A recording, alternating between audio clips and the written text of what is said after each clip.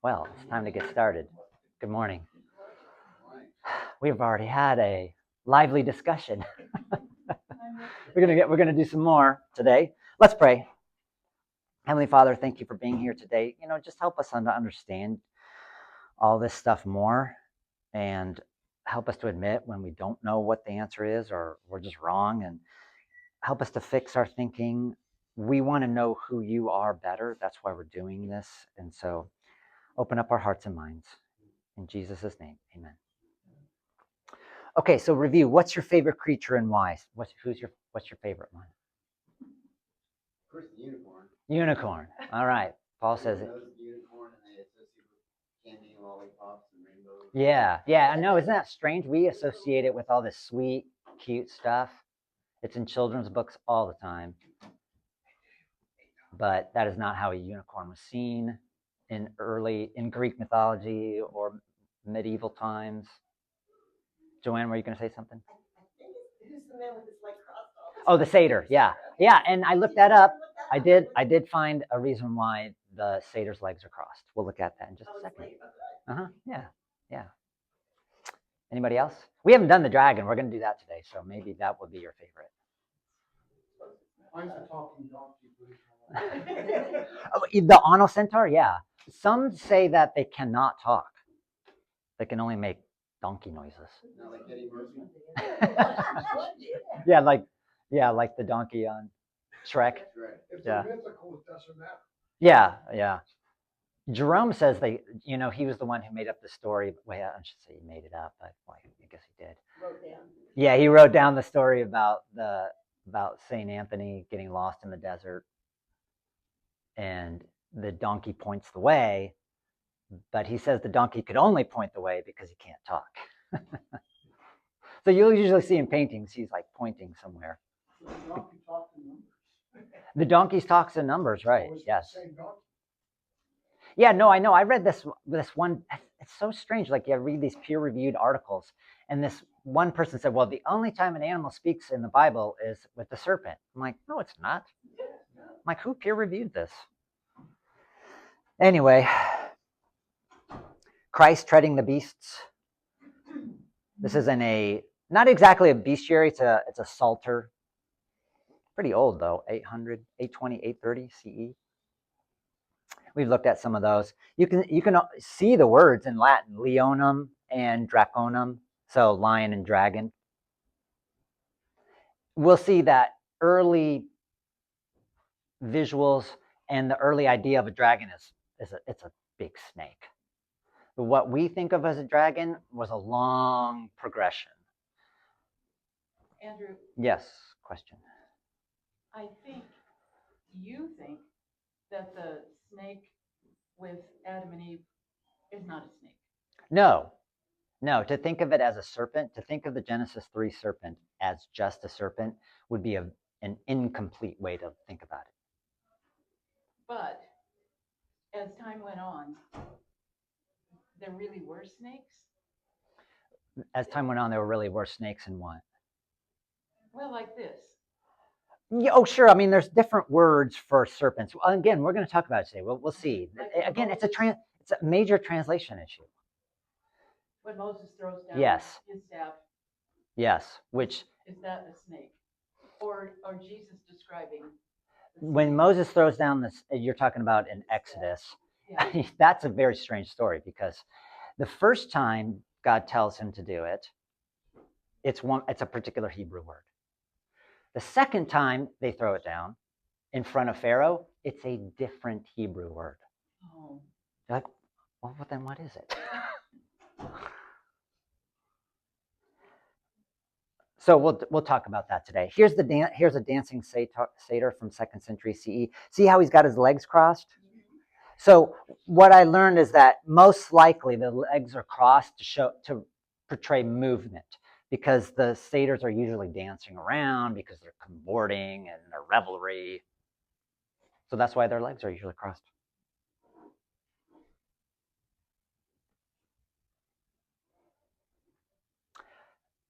Cam, thank you for sending me this picture. Cam sent me this picture. So that is probably Medusa. Let's what they said. That's They said it was that's what your guide said, right? It's a good guess for sure. I mean, those definitely look like snakes all around the head. But check out her posture. That's what struck me right away. It's like, this is exactly how, remember those capitals of the columns and the mermaids holding the two sides of the tail? That's exactly what she's doing here. So there has to be a connection between possibly Medusa and these siren visuals where they have this like split tail. This one's far more ornate, of course, but they have that split tail and they're both holding it. So there's got to be some kind of visual connection there. But thanks for sending me that, Cam. That's cool. It's amazing how intricate the artwork is. Oh yeah. I mean, Paul's saying it's how intricate that is. I know, it like turns into these vines and yeah, and it's 2,000 years old. It's at Ephesus, yes. Temple of Hadrian. Yes. Apparently he was making a visit there one time, so let's slap up a temple for him. Okay, dragons. Major translation issues here. So 4 Hebrew words are translated as dragon. I know there's only 3 here. We'll get to the 4th one in the next slide. The first one is tanin, which occurs 16 times in the Hebrew Bible. An example of it is Genesis 1:21, in creation. The King James translates it as a whale. Another one is Jeremiah 51. So the Septuagint is very consistent in translating tanin as dragon. You can see 14 of the 16 times it translates tanin as dragon. Vulgate, not so much. Vulgate translates dragon 9 out of 16 times. The other time it translates it as a cetus, which is like a whale. Sometimes he translates it as a snake. Leviathan, that only occurs 6 times in 5 verses in the Old Testament. An example of that is Job, right? That's the most famous section of Leviathan there. So Septuagint translates it as sea monster twice and then dragon 4 times. Vulgate translates it dragon 2 times and then just transliterates it Leviathan 4 times. Rahab, this is not the same woman. Rahab. It's not Rahab. It is a different Hebrew word, although in English it looks exactly the same. So Rahab, they really were confused with this word. They were not sure what to do with it. It occurs 7 times. An example of that is in Psalm 87, verse 4. The Septuagint translates it sea monster twice, but it also used abstract terms like pride and arrogance. And then the Vulgate follows that suit using only abstract terms. One time it transliterates it, so it just says Rahab. And these translation decisions linked arrogance and pride with the dragon.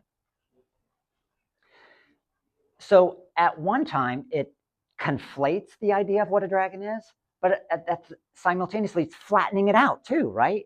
Because it's taking 3 different words and mostly translating them as dragon. So it seems like it's all one word, but it's not. I'm not trying to say that these 3 words are totally different from each other. They're definitely some kind of cosmic beast. But they're clearly also different. There's 3 different words.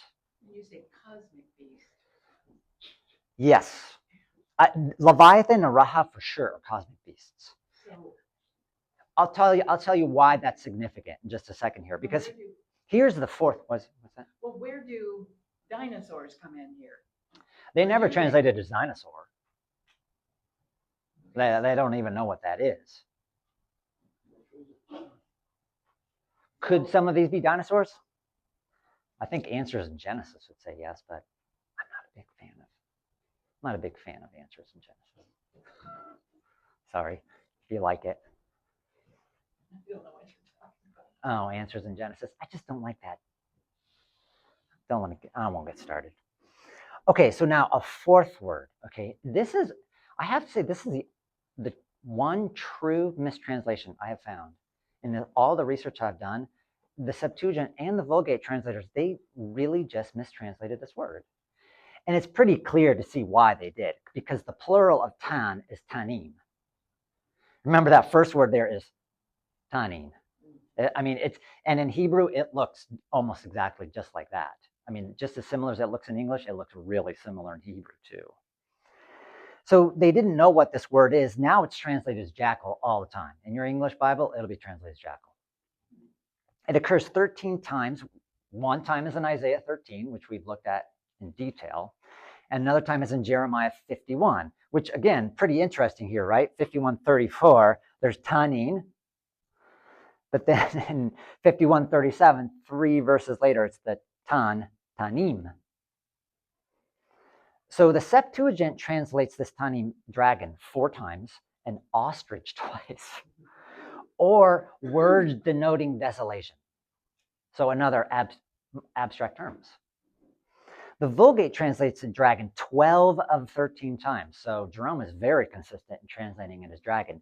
And my guess here is that he has the distinct advantage of knowing the New Testament. You remember, the Septuagint translator is not going to have the New Testament. It hasn't been written. But he does. And so he probably is thinking about the book of Revelation, and that's going to give him legitimacy to put dragons into the Hebrew Bible, because dragons are definitely in the book of Revelation. So tan, though, this jackal word, is almost always, it comes up 13 times, 12 of the 13 times, it's described in its habitat. And we've seen those habitats, right? In Isaiah 13, it's a wasted, desolate place. That's where the jackal is always. So it leads the Hebrew Bible sea monster dragon, which is where those other dragons are. They're almost always in the sea. If their habitat is described, they're in the sea. I mean, just think of Genesis 1, right? It's in reference to making the sea monsters that this tanim is brought up. But it brings sea monster dragon, it allows it to crawl into the land. And probably even more importantly, the tanin, Leviathan, and Rahab, these are cosmic beasts. So here's an answer to your question, Gigi. These beasts can only be subdued by Yahweh. That's Yahweh's whole point in his second speech in Job. Only he can destroy Leviathan.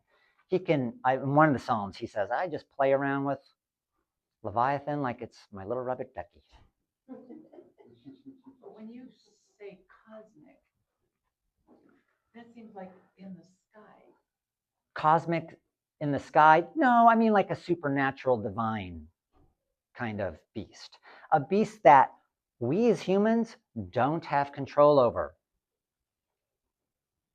But we do have control over the tan, which is a jackal. We are supposed to have dominion, like in Genesis it says. We are supposed to have dominion over the jackal, but we don't have dominion over Leviathan and Rahab. And so what happens is it makes it seem as if now humans have this power over these dragons that they don't have, that we don't have. Only God does. And so it really flattens out the power of God by translating specifically Leviathan and Rahab as dragons, or just as abstract terms. Well, there's some sort of evil creatures roaming the earth at this time. I don't know what my question is. There's So evil trying to creatures, yeah. describe them. I wouldn't say that Tanin, Leviathan, Rahab are inherently evil. They're more like symbols of chaos, anti-life creatures. See what I'm saying? Like they're animals. I mean, animals aren't by nature evil. But they're not tame either. No. Does that make sense? Did I go too fast? Okay, let's look at some of the visuals. Maybe that'll help. So I mentioned early dragons. Here's an ancient Greek amphora from 550, 500 BCE. The dragons, they're all really big snakes. Well, there's something that people either interpreted or painted, drew, carved, something that they knew was on the earth, Yeah, something they saw. things that people saw. I mean, yeah, so they just think, I mean, they see snakes, but they just make them way bigger. But again, your idea of a dragon is not what an ancient Greek or a medievalist would have as a dragon. This one's a little difficult to see, but it's a fresco from 1st century CE. This is in reference, this is a Perseus and Andromeda, which is a Greek myth. And now, you can see the dragon looks a little bit more like, that's his head there. And then that's the body. But it's clearly in the water. So this would be like an ancient Greek ketos. That's what they would call a sea monster, a ketos. And then Andromeda, she's there chained to the rock. That's Perseus. He's flying around. He really was flying. One of the stories says he took Hermes' flying shoes, and then he saves Perseus, and of course they get married. So this dragon's starting to look more like the dragon we think of, but no wings, no feet, it's in the water. Here's another Perseus and Andromeda. It's just such a beautiful painting. I had to put it in here. So Titian from 1554, 1556. There he is, Perseus. He almost looks like he's falling, but what he's got in his hand is a sack of Medusa's head, because he's cut off Medusa's head, and that's how he defeats the sea monster. He shows the sea monster Medusa's head and it turns into stone. That's a pretty wicked looking. Yeah, that's This was a very common motif, this Perseus and Andromeda myth. It's depicted many times in art. Well, go back in time again. Here's some saints, St. Christopher and St. George. Remember when we looked at Lilith, right? Like, you can see they're snakes, and they're stabbing them. When we looked at Lilith, we saw that horse rider, and he was stabbing the woman, but then the woman turns into a snake. But then these snakes are going to turn into what we visualize as dragons. It's going to become extremely popular, especially for saints on horses. Now, right, we're in the late 9th century CE. Now it's starting to look more like what we think of a dragon, but he's only got 2 legs, and he's still kind of snaky there. He's a cute little guy, though. He looks like he's really small. And so then this is a dragon in a bestiary from 1240, 1250. So now this is probably one of the first times that a dragon is shown with 4 legs and wings. Why did they decide to give him wings? I don't know, I have to look at my notes. Good question. Yeah, fire. Well, the fire coming out of its mouth, because early, I know the answer to that one, like it had like this nasty breath. Like that's how it would kill people, is with its breath. So I knew some people. what's it called? Halitosis, right? Yeah. Halitosis. Dragons had some serious halitosis, depending on what they eat, right? I love this visual, though. I love how the artist made the dragon diagonal, and it cuts through the text. It just gives it such a 3-dimensional look to it. It's breaking out of that frame. 4 wings. Yeah, 4 wings. Mm-hmm. There's a good book by this guy, Daniel Ogden. He wrote a book called Dragons in the West. Very readable. So if you want to know more about how the dragon image, in not just image but text, how it evolved, you could read that book. It's not hard to read. Lots of pictures in it. And then there's that green one. Yeah, and then it's interesting too, right? Because they put it with the snake.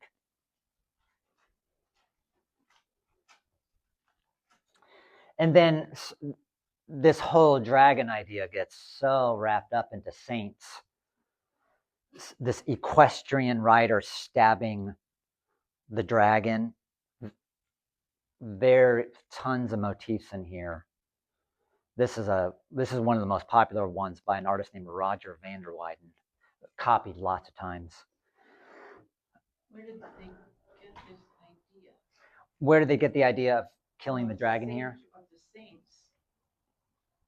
Well, I would connect it back to this idea of now humans are able to kill dragons, even though it seems like if you went back to the Hebrew, only God can do that. Only God can kill Leviathan and Rahab. But now, by translating dragon, dragon, dragon with Tan, the jackal, now humans seem to be able to have dominion over this dragon.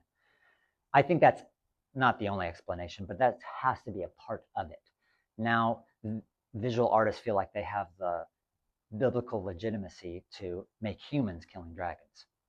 And he has armor, and that woman on the upper. Yeah, this is the whole St. George story. You don't want me to get started. I wrote a whole paper on it, and then we'll get way off.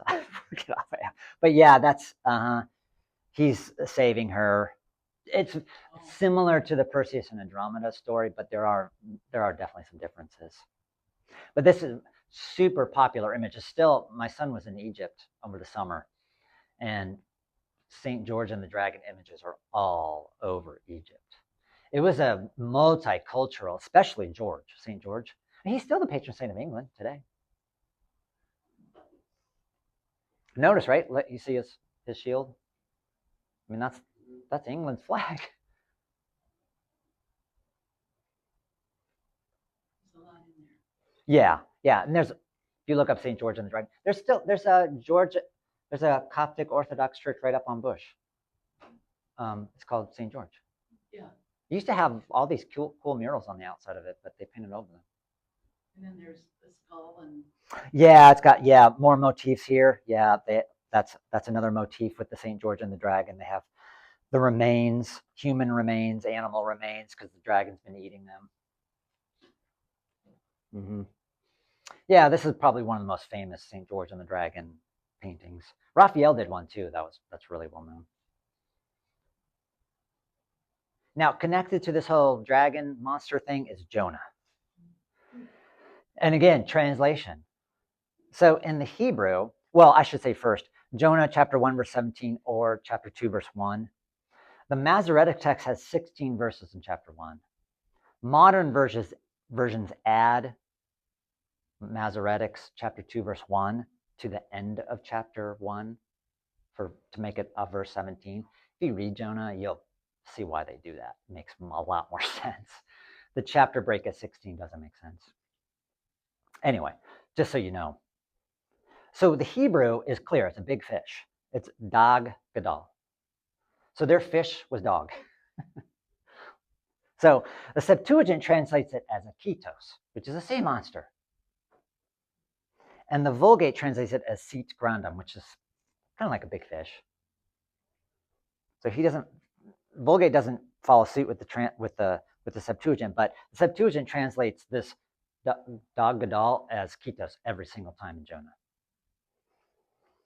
The Jonah story was a very popular image in early Christianity as a prefiguration of resurrection. And you can look up these verses real quick if you want. Matthew 12, 38 through 42, Matthew 16, 4, Luke 11, 29 and 32. But those are the passages where Jesus brings up Jonah. And he says, well, you want a symbol? Well, you want a sign? I'll give you the sign. It's going to be 3 days and 3 nights in the belly of the earth. And so the Jonah image was so popular that this one guy did a comprehensive look at all pre-Constantine, right? Emperor Constantine, all Christian artwork pre-Constantine. So like for the first 300 years. And he says approximately 60% of Christian art is before Constantine, something to do with Jonah. And a part of the reason of that is Christians were trying to simultaneously align themselves with Jews, but also make a distinction with Jews. Because remember, the Jews were allowed to practice their religion under Roman law. The Christians would not have been able to do that. So they're trying to subtly say, hey, see, we're kind of like, we sort of are like this branch of Judaism, so why don't you let us practice our religion legally. And it is, it's clear it is a prefiguration of resurrection. I mean, I'm convinced Jonah died in that fish. He was dead. So this is a cute little, cool little sculpture here. Jonah cast up. You see 280, 290. So really lots of early artwork is going to be Jonah. He's getting spit out there. And this is one of 3 pieces of artwork in a set. So there he is getting swallowed. And there he is chilling out under the vine. The gourd tree, at that last chapter. You can see the heavy influence of Roman art here because this is a very typical reclining nude motif in Roman art, especially for men. Who did these? No one knows who did them. They're at the Cleveland Art. I brought that up last week. They're at the Cleveland Art Museum. Jonah in a sarcophagus. This is called the Jonah sarcophagus because it's mostly Jonah here. But this artist was incredible. They smashed in all kinds of other biblical scenes. I've got a couple details here. So going back right there, that is Noah because of the dove. And then here, you can see now it's really clear. This is Lazarus getting resurrected. So they're linking that Jonah story with an obvious resurrection. I should say it's really not a resurrection, though, is it? Lazarus is not a resurrection. He's a resuscitation because he ends up dying again. Only Jesus resurrected. He's the only one to have resurrected. All of the other ones are resuscitations. And I think that's Mary. Oh, sorry, I didn't mean to interrupt you. Yeah, go ahead. Is that probably Mary or Martha? Yeah, yeah. I'm sure. And is Jesus there? Yeah, that's probably Jesus pointing, hey, come on out. Very common to portray Jesus in early Christian art without a beard. He looks much younger. This is Moses striking the rock. I don't know if that's a resurrection scene. That's what the article I read said it was, which I guess that makes sense. Kind of looks like water. What's that? Did it to give him water, didn't he? Yeah, so. And then this is probably Jesus's resurrection because it looks like there's women holding his feet. Remember now in one particular passage, the women are clasping at his feet. Matthew 28, 8, verses 8 and 10. The scholar, she wasn't really sure if that's what it was, but that was her guess. So anyway, they do all these resurrection scenes. And then here's one more sarcophagus of Jonah. You can see there he is. And that looks kind of like the dragon that we're familiar with. It even looks like it might have some wings there, maybe fins. So this whole Jonah thing is very. Oh, this is an amazing piece of artwork. This is on the side of a church. So these things are huge. This church is the Akdamar Church in Turkey. It's on an island in the middle of a lake. And so this whole church, all around it's got these relief sculptures around the whole church. And you can see the Jonah scene here. And that now it looks like this is 9:15, 9:20. Looks like he's got some wings. It looks like he's like spitting them up there. The one on the left is where they they're thrown off the boat. Yeah, they're throwing him into the mouth of the Ketos, the big dragon. You gonna go see it? Yeah. Oh, it would be so cool. Yeah. It's like a lake right in the middle of Turkey too. And then the island's a few miles off the coast. That's where this church is. And it's all biblical scenes all around it. They have some saints to it too. These are 3 saints. I don't even remember. The 3 named saints, I was like, I've never heard of those saints before. Oh, and one more Jonah. So even into the 13th century, they're still hanging on to that Jonah motif.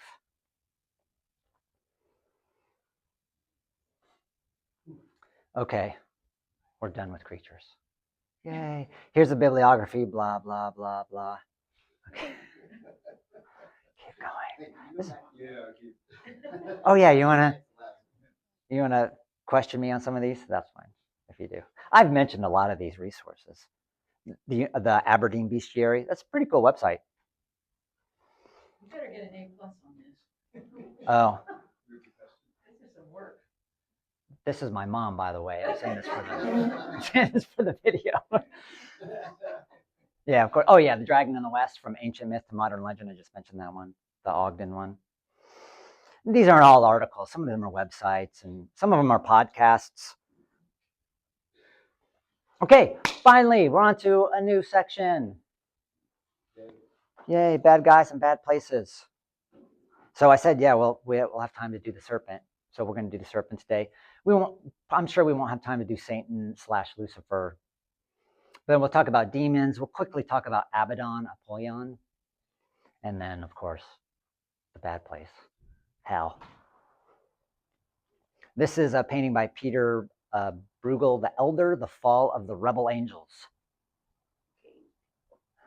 1562, oil on canvas, pretty big. I mean, I know it's so chaotic. Here's just a few details. This is definitely Michael, the angel Michael, archangel. And there's reasons to know that. That was so weird, right? Well, Michael didn't fall. No, he's fighting the angels, though. Yeah. Looks like there's a butterfly. Yeah, I know. There's a butterfly over there. There's this weird guy with, it looks like he's got some sort of musical instrument as armor. It's like strapped around him, but he's got a helmet on. It's like a dead lizard falling, dead fish. Super gross. We'll see some more gross stuff.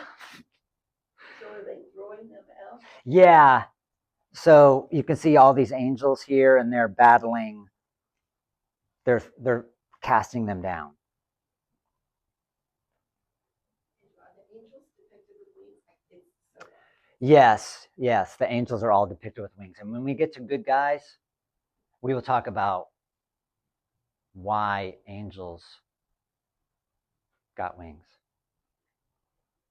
They shouldn't. It didn't look like Michael did. Yeah, he's got the big wing here. Oh, that's it. Yeah. Yeah, now Michael might have wings, but there's Gabriel too. We'll talk about those two. Those are the only two named angels in the Bible. That passage where they have 6 wings. That is, see, this is what this again. We'll talk about that. Those are the seraphim and cherubim. Not angels. Seraphim and cherubim are not angels. No, they're not a class of angels. They are, and this is a big statement to say when it comes to the Bible. They are never described as angels. And angels are never described with wings. Hebrew Bible or New Testament. But the cherubim and seraphim clearly they always have wings. I probably, Not the same. yeah, like I said, we'll get to it, but just to say briefly, the confusion lies in when people say angels, I think what they mean is divine beings in general. But you can't really use the word angel that way, because the word angel, it has a function. Messenger. Yes, its function is to be a messenger. And cherubim and seraphim never are messengers. They're different. They do different things. They have roles, but not messengers. And they all seem to be veiled. Yes. And then a bell has to ring so they can get the wings. What are you saying? The bell. Oh yes, from It's a Wonderful Life. Yeah, ring the bell, and then the angel gets it. Yes, and you're right, Jennifer. Angels, biblical angels, are always male. Men They're always men. In fact, as opposed to women? no, they're never women. Again, you can look it up. They are angels never have wings, and they're never women. Not in the Bible, and not in later writings either. Never women. And down here, when we do the nativity scenes, the little girls always get the angel. We're going to talk about that. We'll talk about how did angels become these cute little fat babies. We'll talk about it. There's good reason for it. Okay, so translation confusion when it comes to serpents. So there's 3 Hebrew words are translated as serpents in many English Bibles.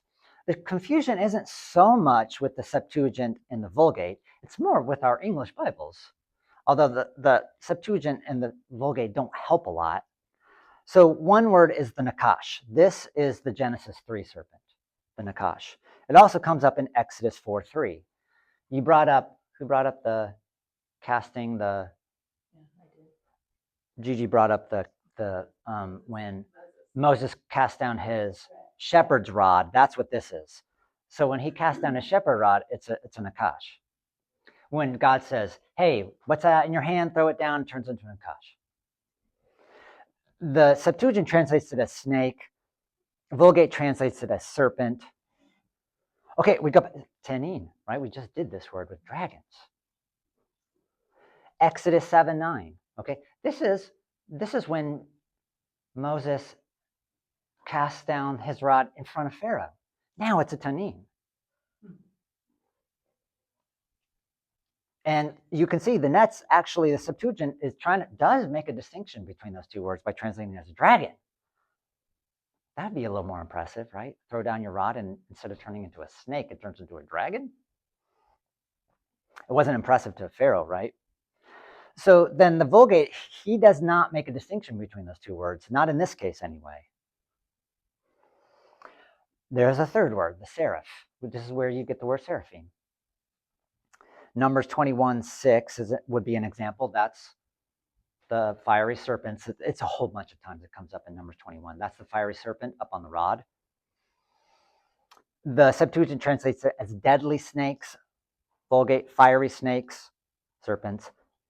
But in our English version, and you could check your version if it's not one of these, the Legacy Standard, NASB, ESV, many other English translations, it just translates all 3 of these as serpents. But it's 3 different words. So let's look at this Nakash, because this is the Genesis 3 bad guy.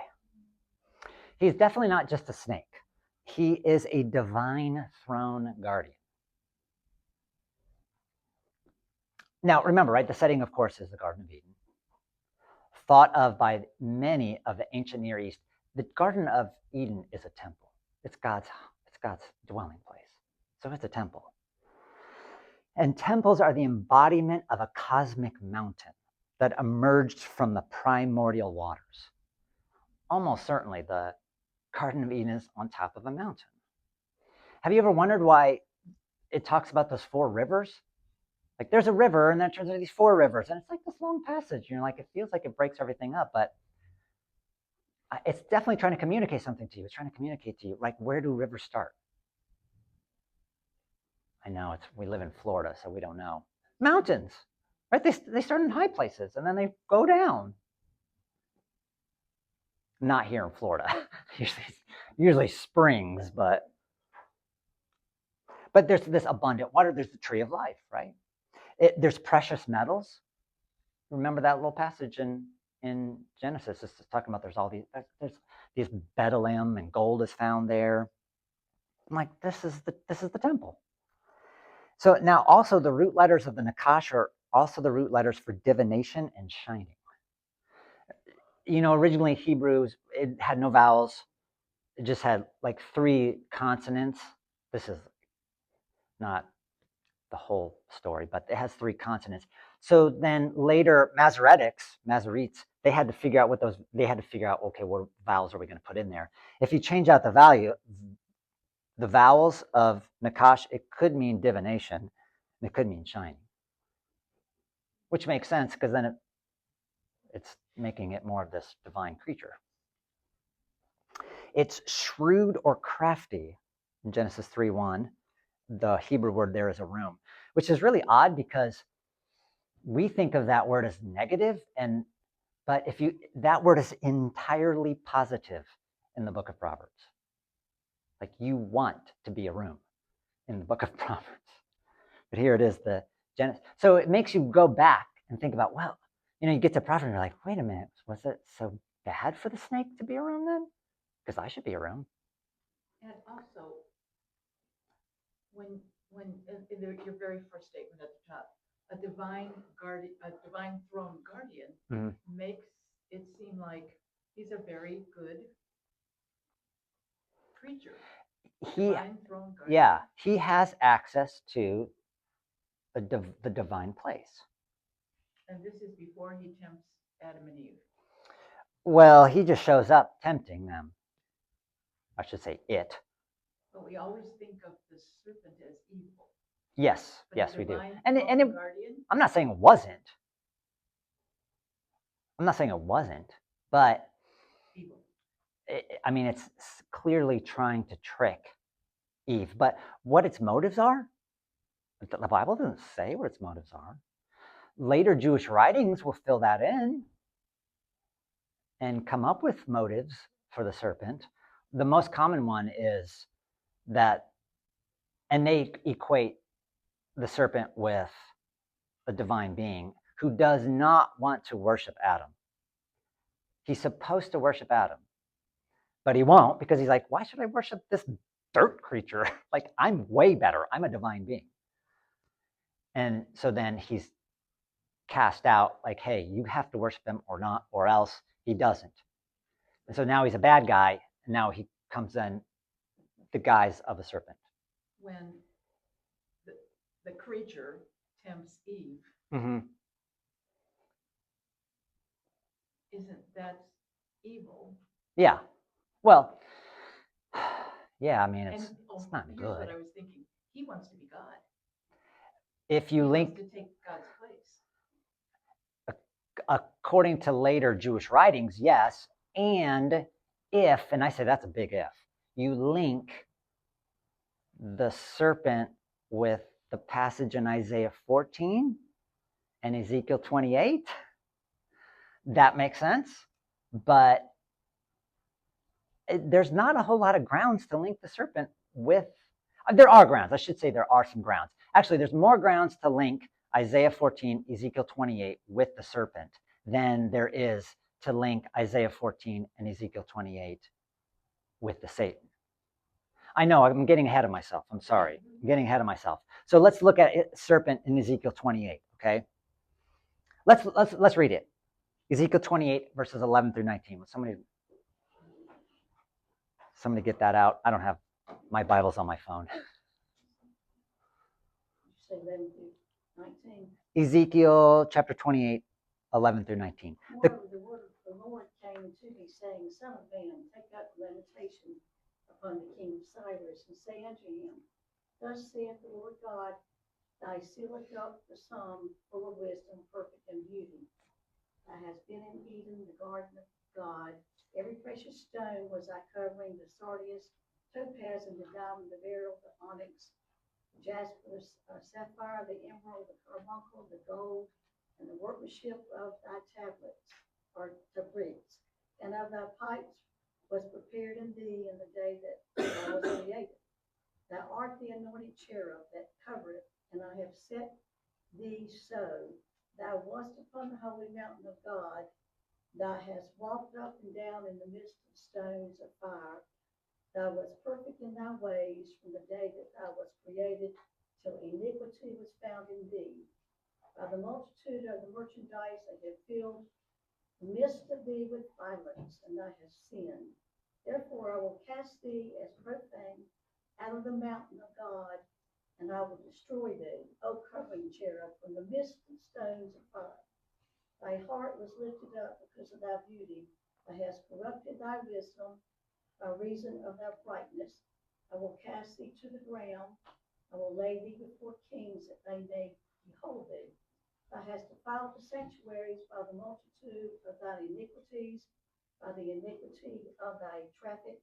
Therefore will I bring forth a fire from the midst of thee.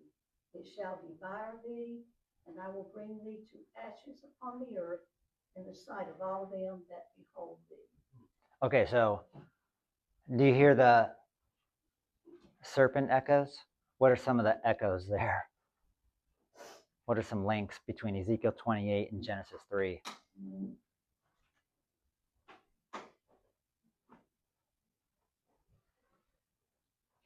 Who's going to cast them out? He's going to cast him down, right? That's the curse on the serpent. He says, you will crawl on your belly. You'll eat dust. You're going to be lower than the other animals. He seems like he referred to him as a cherub.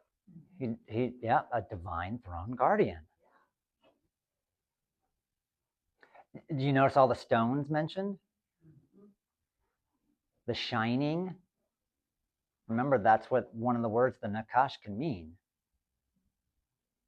It seems like Ezekiel 28 is linking this taunt song, this king of Tyre, to the serpent. Because that's the immediate context, is this king of Tyre is prideful, and so he needs to be brought low. And it seems like Ezekiel is saying, you remember that time in the garden when there was that prideful creature and it was cast down? Well, that's what's going to happen to you. Part of the issue with this translation, with Ezekiel 28, is verse 12. The seal of perfection is a notorious Hebrew crux. Difficult, very difficult to translate. If you look it up, your translations will probably say all kinds of different things. If you look at, I don't know if yours says the seal of perfection, but Michael Heiser, who wrote Unseen Realm, he proposes the word as a serpent. He says, well, this word could be, he's got this very long explanation to why it could be serpent. You can read it in Unseen Realm if you'd like. A lot of you guys did that class with me, the book study. It's in there, the Unseen Realm. It's clear he's in Eden. God's holy mountain garden, verse 13. I mean, who else is in Eden? There's not a whole lot of people to choose from. Not a whole lot of list of characters.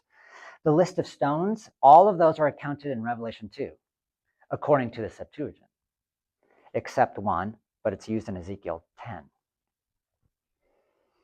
He's a guardian cherub. That's what he's supposed to be.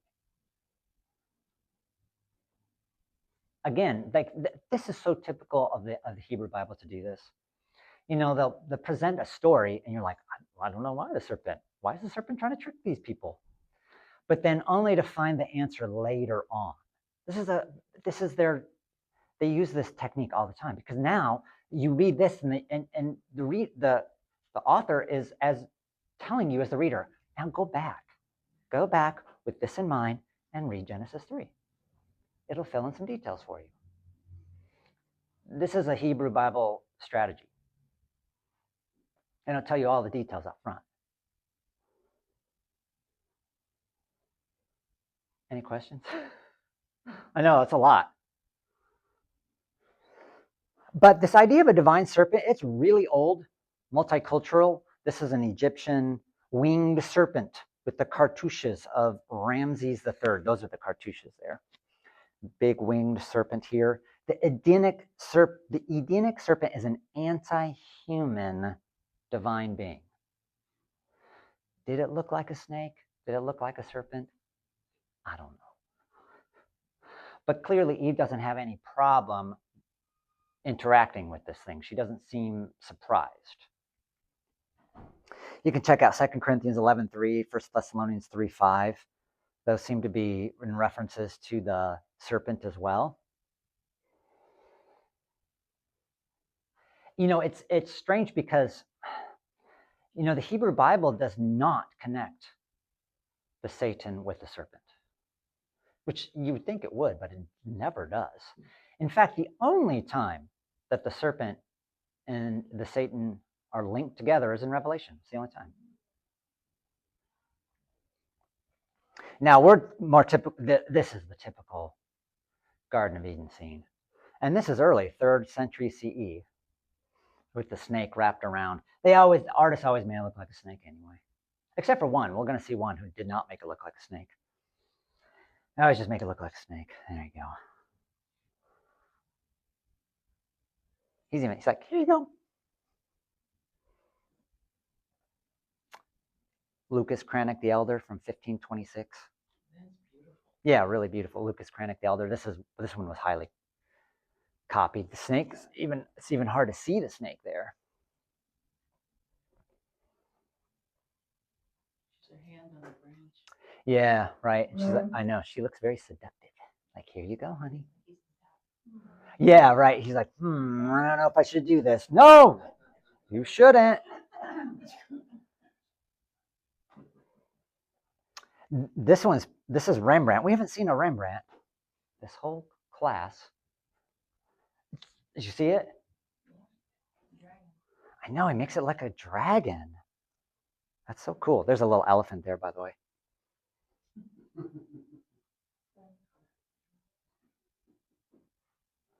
Yeah, so cool. Like, look, you could almost hear their dialogue going on. He's like, see the consternation in his face. Old. Yeah, he does look old. I mean, that's another question too, is like how much time passed from when they were created to when the serpent tempts them. It's really small, 16 by 12. Oh, yeah. Yeah. So is the serpent Satan? I mentioned this. The only time it's explicitly linked is in Revelation 12. This is verse 9, but that's if it comes up a few times in Revelation. But the thing about Revelation 12:9, though, it says that serpent of old, it could be referring to Leviathan. And you could see Isaiah 27, verse 1 for that. William Blake. I don't think we've looked at any William Blake yet either. But you can see he's making a connection between the serpent and, I guess, what he's depicting as Satan here. Figuring out William Blake's symbolism is not an easy task. But it's like, see that snake wrapped around? She looks like she's already dead. So does the serpent equal the Satan? I don't know, I'll let you decide. Oh, yeah, he's got wings. So here we are with the Satan. In the Hebrew Bible and the New Testament, the word Satan typically has the definite article the before it. So the first thing that has to, and the only time it doesn't have the word the in front of it is when it doesn't make sense to have the word the in front of it. It's not a name, especially in the Hebrew Bible. It's a title of something. It's the Satan.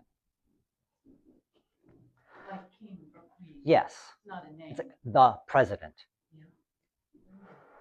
The word Satan is used to describe others in the Hebrew Bible. It's used to describe the angel of Yahweh in Numbers 22:22. In your Bible, it will not be translated as Satan. It'll be translated as adversary. The sons of Uriah are also described as Satans. These are David's nephews. Hadad the Edomite. He's a Satan. So therefore, it's really best to translate, especially in the Hebrew Bible, it's best to translate the Satan as the adversary. Like enemy. As an adversary, yes. And you have to admit, especially when you get to the book of Job, the Satan, it's pretty prominent at the beginning. But at least I get the sense when I read it that the Satan's doing what he's supposed to be doing as a member of Yahweh's divine council. He's an adversary, going, well, God, are you sure that this guy is really worshiping you for your sake? And in ancient Near East, this was a role for kings in their court, to have an adversary. Someone who would say, King, that's a great idea. However, Have you thought of this? He's the adversary. That's his job, is to go, are you sure? Second guess him. Now, but by the 1st century CE, so by the time Jesus shows up on the scene, the details of Satan have been filled out a lot more. A whole lot has happened from the end of the Hebrew Bible to the New Testament when it comes to the Satan. And now the Satan, it tempts, it enters people, it disguises itself as an angel. And so now it has become, even though the definite article the is still in front of it, even with the Greek, it seems to be more of a semi-individual.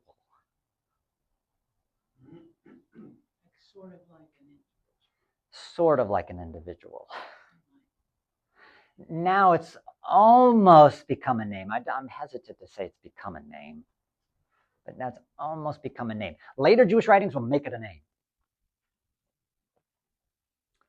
Really, what's interesting, I guess we'll have to, maybe we'll get a few minutes. What's interesting about the Satan is that the visuals of the Satan, they do a 360.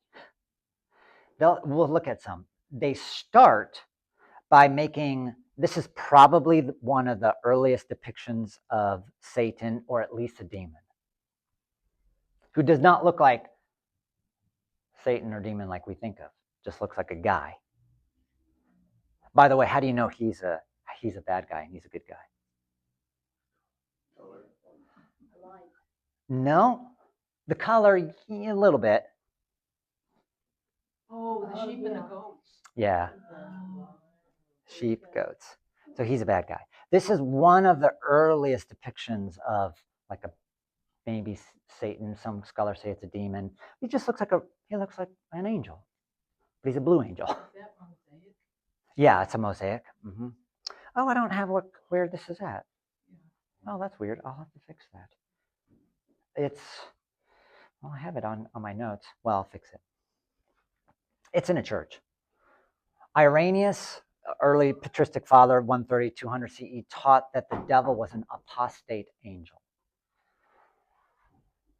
Yeah, we always there's constant switching between Satan, devil, Lucifer, and I guess we're not going to have time to get to, there it is, the sheep and the goats, detail and Basilica of Sant Apollinaire Nuovo, 6th century CE. It took a long time for visuals of Satan to come up. I think it's probably just because the Bible never describes what he looks like.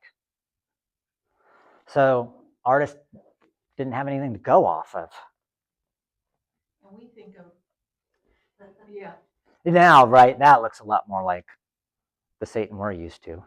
Doesn't the Bible say he was a good angel, but fallen, or chief of the angels and fallen? No, the Bible does not say that about Satan. The Bible does not say that Satan was a fallen angel. Again, unless you link the Satan with Ezekiel 28 and Isaiah 14, which, in my opinion, where I'm at right now, I don't think you can link that. It makes more sense to say that the serpent is what's being described in Ezekiel 28. And we didn't look at Isaiah 14, but that's because when we're going to look at Isaiah 14 when we get to Lucifer, because that's the only passage that Lucifer comes up. But I guess we'll have to save that for next week. So like now I was saying the visuals do a 360. Now the Satan is this gross looking angel. And First Enoch, Satan has become a singular figure. So, First Enoch is written it's written at least before some of the New Testament letters, because the book of Jude quotes Enoch. So it's contemporary with Jesus and the disciples, but in First Enoch, he has another name called Azazel or Asael, and that's from Leviticus 16. That's the goat during Yom Kippur, because the instructions are give one goat for Yahweh and another goat for Azazel. So it has led to many Jews and early Christians thinking Azazel was a demon, although some scholars think he's not.